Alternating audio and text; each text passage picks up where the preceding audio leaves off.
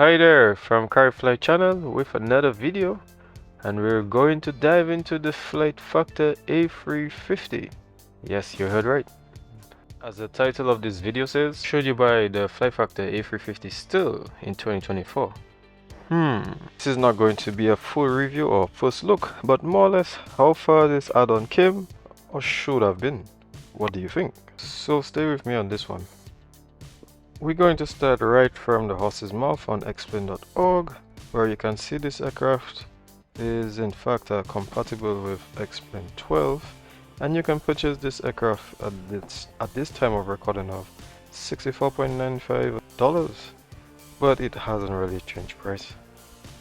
It boasts a number of improvements and a changelog on the website that you can follow if you go in version history.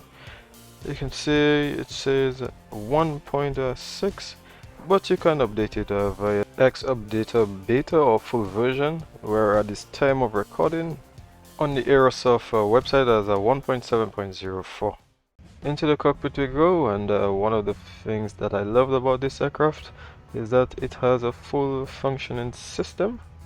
I like some of the markings that it has, the scratch marks. Although the vertices of the aircraft, not too sure. Nevertheless, I'll let you all be the judge of the textures, whether in 2024 it's still good enough, or you will look at more of the systems of the aircraft and figure as long that is okay, then you're alright. But we're also gonna see how good are the systems as well. Yeah, I pretty much like that the display can be switched from one to the next without crashing. Before, I know it used to crash a lot, especially the OS as well, but I haven't gotten any crashes, and that seems to be very nice that you can get to do that. I think one of the things I like about this aircraft now is that flight plan, and I know before it used to crash a lot, but you can just press route request and you see it didn't do any, it didn't have crashes. But I don't know how it might be on your system, but from the last flight I did, and you can actually go and check it out. I'll put a tag at the top so that you can go check that video and the last video I did. And here we see the ND showing the flight route. You can see it all the way down here.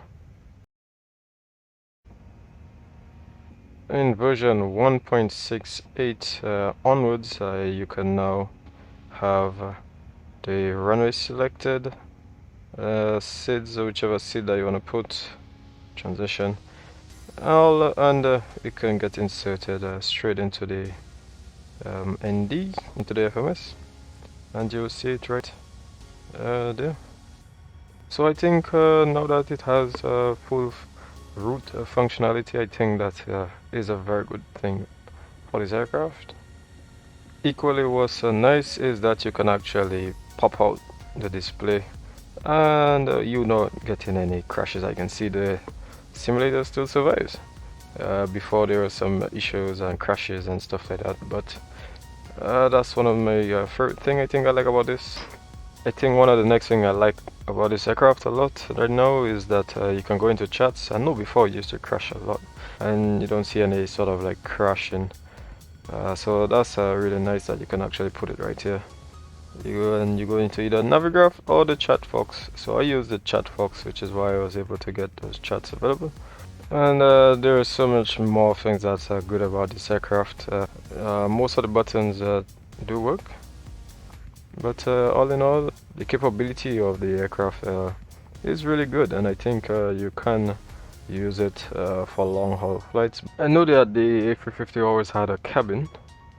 I mean, they are low res textures, but no, with online networks such as flightsim, across the pond, for example, and the HF radio, I think is very good, and they do tend to use it in the across the pond. So I think knowing that you have it here is probably a good thing in 2024. No taxi camera. It's a very big bird. You can see in the airplane section both the passenger and the fuel page doesn't seem to have any slider. It's just a light, medium, a heavy, or you can tweak this around if you would like. But I believe they should have a slider. As well as in the performance calculator, they only have a takeoff page but no landing, and I think in 2024 we should have a landing page or landing calculator by now. With the growth in flightsim or online networks, ATC centers are now having to use Hopi ACAL to reduce voice workloads. Some aircrafts like the Tolis have equipped themselves with onboard CPDLC capabilities, whereas the Flight Factor hopefully in time to come. Despite version 1.68 onwards, the wind pages tend to have some issues, as I realized when I press. Oops, simulator crashes. The models are static, and as you can see, the cargo loader definitely is not the right one. So I do think that they can change a couple of these things going forward with this aircraft. It's been like that for some time. One of the good things is that the flight model of this aircraft is pretty well done.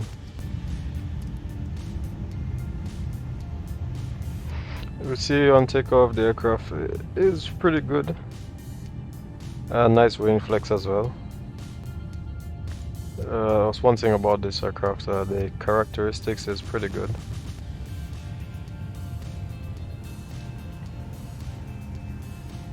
Definitely no issues at all when it comes to its flight controls, flight dynamics.